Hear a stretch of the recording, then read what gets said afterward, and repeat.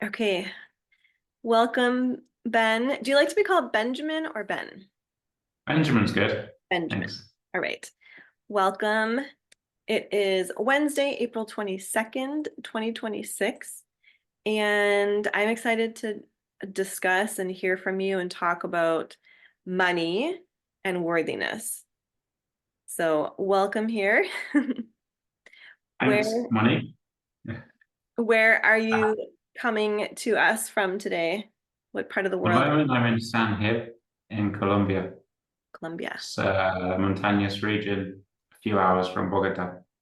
Okay. And I am on a small island close to Vancouver and close to Vancouver Island. But it's small, so I'm surrounded by the ocean. Lovely. Benjamin and I found each other through a podcast Facebook group, and I had posted sharing a little bit about myself, saying that I'm a Christ mystic, transformational life coach, and do facilitating and sharing a bit about my channel. And then he reached out, and immediately when I saw Benjamin's profile picture and the way that he worded his comment, I just got like a very peaceful and grounded feeling from this man. And I could tell that he was a really lovely person. And I was like, okay. And the funny thing about this conversation is sometimes I don't really know the people at all, but I just go with the feeling and the flow. And then here we are. And upon meeting you on video, I still have that same feeling. So thank you so much for being in the flow and I feel like there's a bit of courage involved in going on someone else's show. So thank you for trusting me. And yeah, happy to have you here. Keep having me. Yeah, I'm happy to be. I shared a little bit about your bio on my Facebook page, but for those watching live, um, would you be able to sort of say your bio a little bit? Because to be honest, there is a lot of wording in there that I didn't grow up with. I do understand it now. Um, and it's nice to have language for it actually, because yeah, I grew up in a Christian background, and these are just phrases and ways of describing things that we don't use. But for me, it is totally aligned with my beliefs and what I've been learning and also Christ and everything. But so could you share a little bit about who you are and what you do? Yeah, so in this incarnation, I chose to have autism and well, to be born in England actually, and to be born with a family, a single parent, actually was having financial struggles.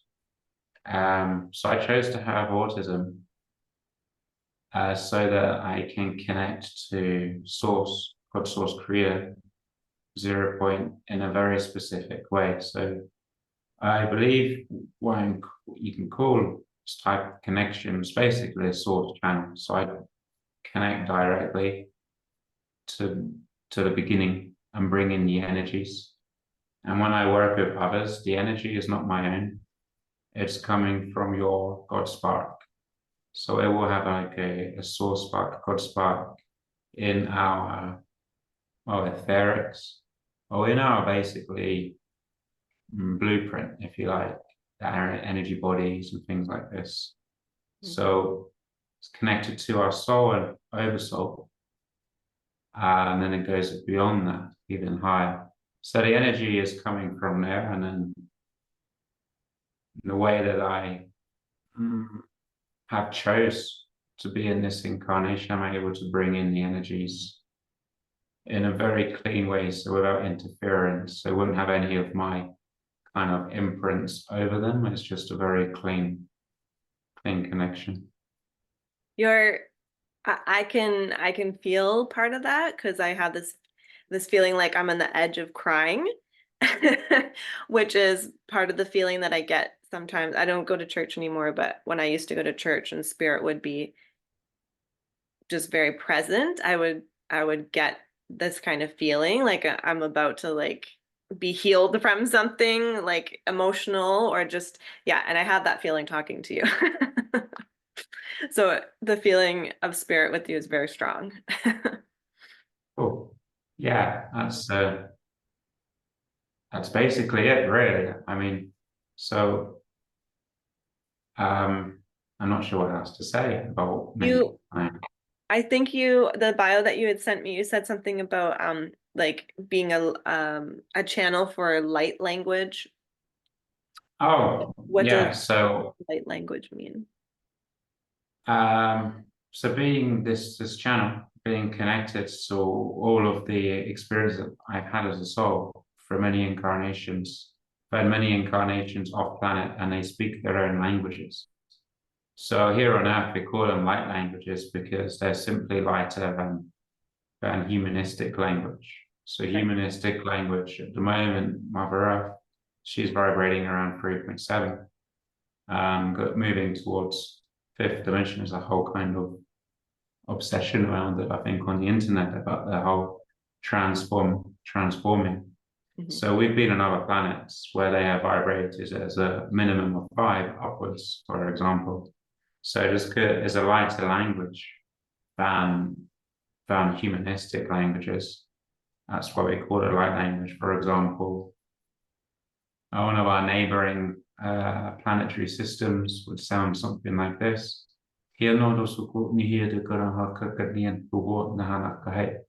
So this is like from the ancient Pleiades, not the Pleiades we know as now, but the original Pleiades. So there's so many things to talk about, and we only have 30 minutes, but I'm just gonna ask, we're just gonna get into it anyways. Might have to do a part two sometime.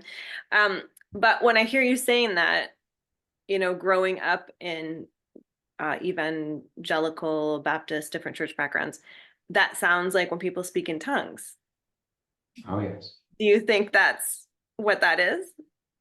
Like, very similar. right. So tongues and light language. They are connecting to similar energies. It's almost like if you look at twin fields, they're very similar. And so the framework around tongues, there's almost like a box, because it was a Christian background, perhaps, or something. They put something around it energetically. Mhm. So light language is the free version, you could say. So it's very similar, very, very similar. And they will be, in fact, connecting to different, so tongues will be connecting to different languages and other planetary forms, where they also have similar belief structures on those planets. That's interesting. Excuse me. Um, okay, something else that was coming to my mind was oh, when you are um channeling, which is not a Christian friendly word, but I know that I have like people who I call myself a Christ mystic, and I've said before that like I'm not Christian enough for the Christians and too Christian for the non-Christians. And that was like 15 years ago. So I don't know where I am now. I just love Jesus and I love humanity. And I've been learning more about angels, and I have a different vocabulary now. And like New Age used to sound like a swear word. And now I'm just like, that's the most beautiful thing ever. Like the new world and the new age, there's nothing wrong with that. And you can get weird, dark, messed up shite mixed in with new age beliefs, and you also get it mixed in with Christian beliefs. So let's just let's just be more loving about the whole situation as we all learn together.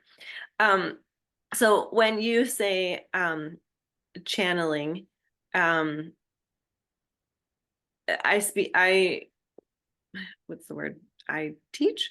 I go through an experience in my heavenly heart sync sessions about like tuning into spirit, and the way that I tune into spirit is I see words, visions, get a smell, maybe a memory, and then I ask spirit like, can you unpack that? If it's like a word that doesn't make any sense, like purple watermelon or something. And I'm like, can you tell me more about that? Like, what are you trying to tell me? And then it sort of unpacks and more information comes. So I'm curious, how does it work for you? Are you do you go into like a dream realm and have experiences, or do words come to you? What are the different ways that you receive? Well, I'm always plugged in, so I just get everything. It's just streaming. We can call it, if I've been channeling, we can call it streaming. I'm constantly plugged in. So most of the time in my humanistic life, I'm channeling or speaking from my higher self point. And my highest, when we continue to evolve, I let go of my older higher self and connect to another higher self. Because the higher self isn't the highest self. It's the highest self from your current point on earth, kind of thing. So once you've got allowed more of that love to come into this physical incarnation, that higher self is no longer a higher self, it's your current self. So I'm constantly connected to my higher version. A few realms away, we could say. So I'm always there. That's basically having autism. So having autism allows me to do this, have this connection and to work in this way. So, but out of the clair abilities, I probably have 7 of them. I haven't developed them all consciously, but the knowing, the hearing, the feeling, I get the visions sometimes, normally in dream space. If I ask for it, I will get something. Some basically, if I ask for something, I'll get it in one way. Yeah, I'm picking up what they're letting me know that I will be learning more about the taste. I've had that a few times and it put me off. I didn't like tasting things and wasn't eating, for example. So just like parts of my human experience that hasn't let go of stepping into the unknown. So, and once I've let go of those bits, so when the taste comes back, I'll be able to process and then, well, grow even more in that area. So I heard you say like the more love we allow in, and I've thought about this in different ways and heard people talk about different things of, psychology and worthiness and theology and all these big words that we have about science and religion. But what also I have been realizing is just, it's like whatever blocks we have and wherever we are, it's like the solution is the worthiness and like letting more love in. Would you agree with that? 100%. Yeah, unconditional love. First, if one being is having a block towards all forms of love, then allowing all types of love in, and then after you can go into unconditional love kind of thing. So here on earth, if you look at the soul's journey, I believe it is the challenge for the soul is, can you love unconditionally on a place as dense as earth? Because if we go back to soul, spirit, we're non-physical beings. We're just pure love, pure light.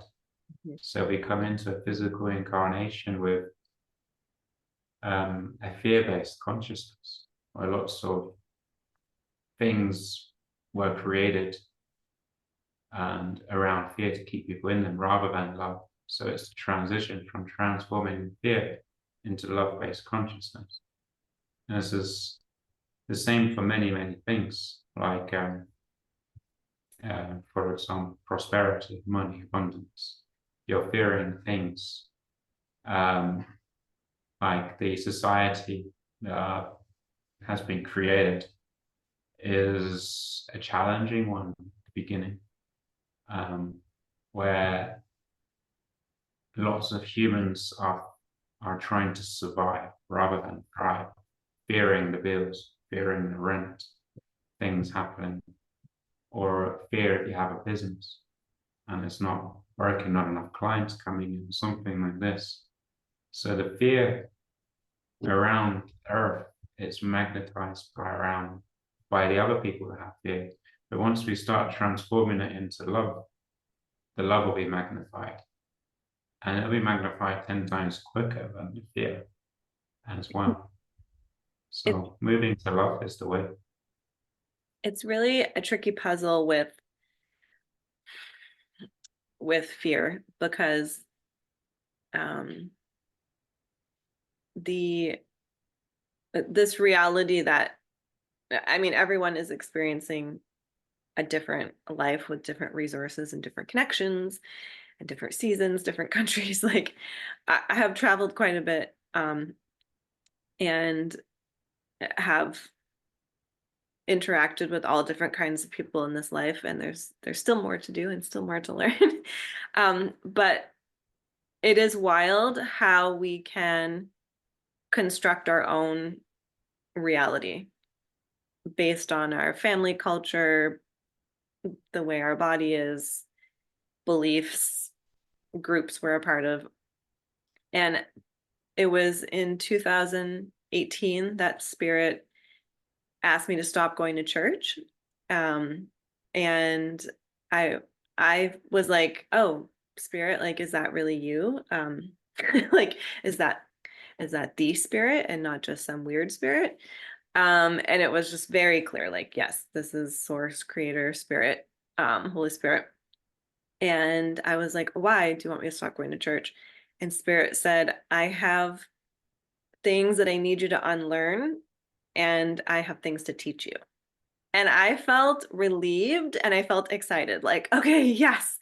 Because, like, I love church and I love my Christian family that I've, like, friends and family that I've had. And I would not be who I am today. And I'm so thankful.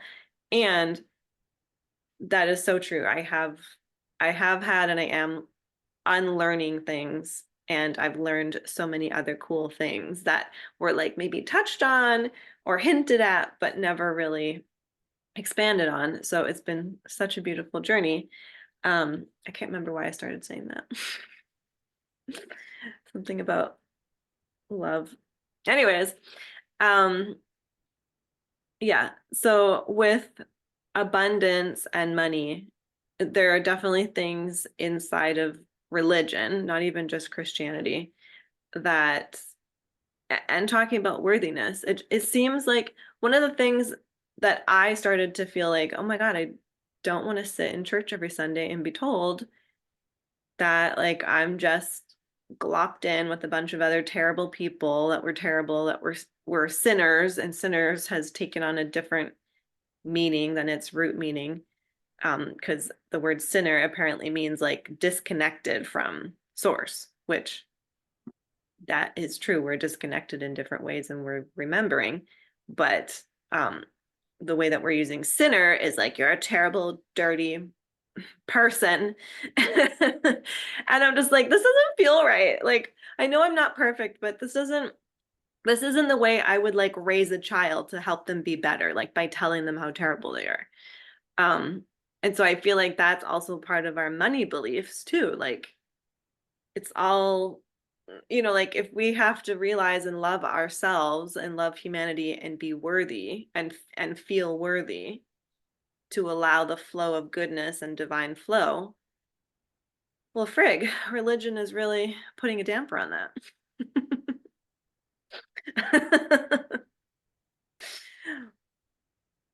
Yeah, perhaps. Yeah. In this incarnation I haven't had religion. It wasn't never felt aligned with me. Growing up for me was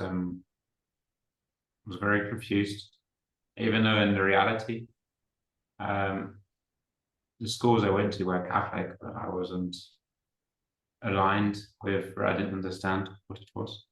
So was it not for me in this incarnation? In other incarnations, I was attached or bound to a religion. So I cleared that in this lifetime.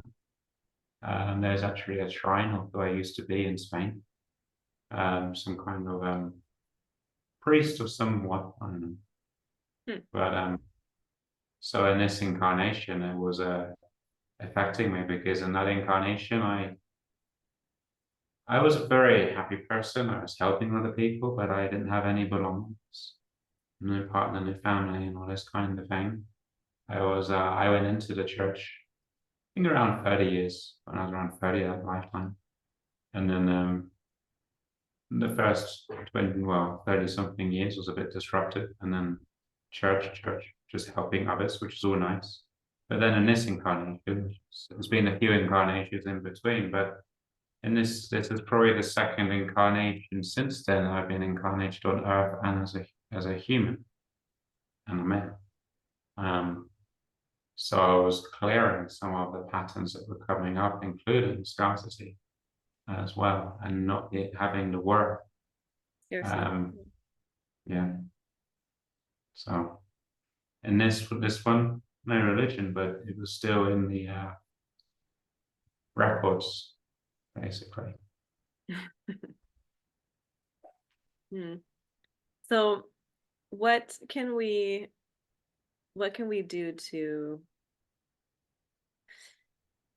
sort of help ourselves remember our worthiness, or what has your journey been, or what do you help people with in that way? Okay, so the first thing for most people on Earth is actually learning to say no to things. Something very simple. Like if you're tired and you're meant to meet a friend and it comes across as meant to meet, not wanting to, because you're tired. You're meant to meet someone because you're organized too. So before I used to always keep my promises, or just what I used to say, I will do this no matter what. And I didn't really take into account how my physical body was feeling, or mentally or emotionally. I would go through and meet. But when I started to be honest and just say, actually, can we reschedule, or can we go somewhere at a time? The people I was going to meet were actually very glad that I said something, because they were feeling the same. So when more people start to honor their bodies, honor how you're feeling, and just say, maybe we can reschedule, most of the time, you'll notice that it's the other people in the group feeling the same. That's what I learned. So nowadays, if I've agreed to do something beforehand, and I was having like a spiritual transformation at night, and I didn't get so much sleep, and I'm still integrating the following day. And it wasn't I would check in if it's my highest and good to meet this person. And if it wasn't, I would just be honest. And then normally it's okay. So that's probably the first, like it's a big step. First step is a big step, I guess, of having boundaries, which is self-love, self-worth. So you're honoring yourself and giving yourself time to rest and just be, and knowing it's okay. So I know there's lots of people that hold on to guilt or feel guilt for resting when others aren't, for example. This is a very interesting pattern that is here on Earth. I think it's around 99.78% of the population have experienced it at one point or another. But honestly, it's very, if you feel neutral about resting and you rest, you feel so much better. If you're resting but also feeling guilty, you're mixing energies. So the rest wouldn't feel like constructive rest. And then that will enhance belief, saying, well, I rested, but I didn't do much, so I might as well just do the things I said I was going to do. So letting go of these belief systems, perhaps, and testing. And there's a Hawaiian prayer that you can do. Ho'oponopono. I am sorry. Please forgive me. I love you and I thank you. So you could say this to yourself from your soul and do it in infinity. So you're bringing it back. You can do this for 5 minutes a day. And you can do this for many different situations. The relationship with money, for example, Mm. as in many religions, um, depending what background you're grown up in. If you're grown up with the journey of learning to see what is financial wealth, then you might have had some belief systems that money is bad, the rich aren't very helpful, and all this kind of thing. Mhm. So these are our beliefs that are pushing away the flow of money coming towards us. Yep. So we learn to forgive ourselves and what we believe money has done. We can do that with Ho'oponopono That's and good. even just going into affirmations. These are some simple techniques which are quite helpful. And then for those that are more into meditation and things like this, you could go into your subconscious and then undo some belief systems that were picked up at childhood or in other lifetimes. There's been a lot. As a soul, we've had many incarnations, more than we can even comprehend, because the soul's journey, in a sense, is limitless. We keep going. So, I didn't used to believe that. Um, but especially like in the past 6 months or 3 months or past month, um, it just makes so much more sense to me now. So yeah, if there's Christians watching, I just, I was trying to just, the more I just listen to people and like ponder things, and I read Anna, Grandmother of Jesus, and that book is so beautiful. The frequency on that book is so beautiful. I could just feel it in my heart as soon as yeah, just such a learning journey. So I hear what you're saying, and that makes sense to me now, and I I can receive what you're saying better than I could even 3 months ago.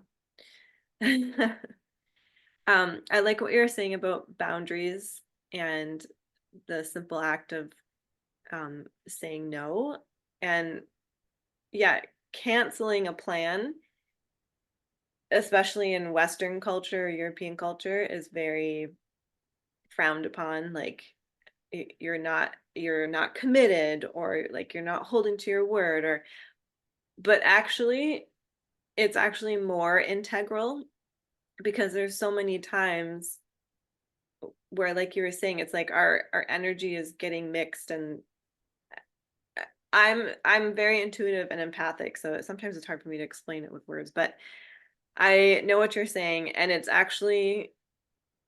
it creates a more integral energy around people, and it which helps you trust people more, even if you are not a highly empathic or intuitive person. It's still the feeling you get when you meet someone and shake their hand.